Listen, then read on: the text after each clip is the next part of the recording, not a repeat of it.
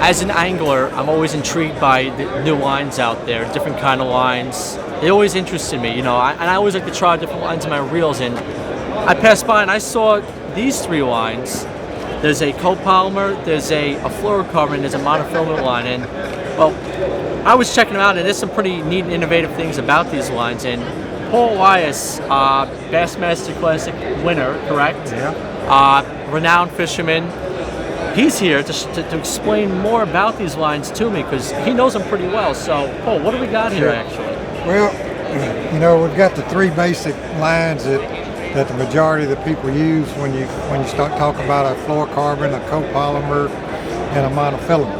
And each one has to fit a situation. Now, for me, where I'm basically a bass fisherman, I'm going to use fluorocarbon and copolymer more than I am anything else. Right. But the things that I really like about the white peacock fluorocarbon is, what I'm going to look for in this type of line is I'm going to look for diameter, I'm going to look for knot strength, and I'm going to look for abrasion resistance. And this line has all those qualities, and I've been using them several years now, and it's never failed me as far as knot strength or any of that kind of stuff. Right. So, and it's a real low visibility line. Right. It's got a lot less stretch than a copolymer or a monofilament, but I'd say a monofilament is probably going to have more stretch than anything else. Of course, yeah. But there's different uses for it. The iguana and the tarantula lines that we have are one of our copolymers, and it's a really low vis line, and one of the greatest things about it is the low memory, Right. And that's something that a lot of people have to deal with, in a fluorocarbon, you're going to have more memory than you are in a copolymer. Of course. And then you go down with a monofilament.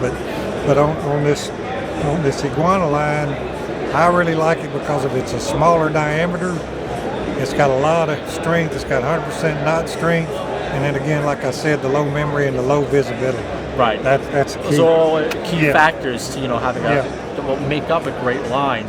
And especially for when you're fishing crystal clear water, in some scenarios, having a low visibility line definitely makes a difference as well. Oh yeah, and since I've been doing this 40-something years, so lines changed a lot throughout the years. There's been a lot of more scientific stuff done with it, and back when I first started, it was mainly monofilament. Right. And a monofilament line is still good. Like I use it most of the time. The only time I'll use monofilament now is like for a topwater bait, things like that, where I want less. I mean, they all sink, but this is going to sink slower than.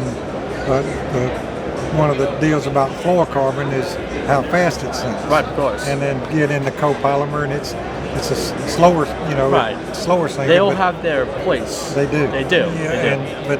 But they're all great lines. They've got line for just about anything you can think of. But these 3 are the main ones, and it's a real reputable company. Been in business a long time. So. Right. So now these lines, they are all available right now, correct? They're all available right now. That's awesome. Well, Paul, I appreciate your time. All right, Thank you for the insights about the line. And thank you. Thank you. Have a great show. Appreciate it.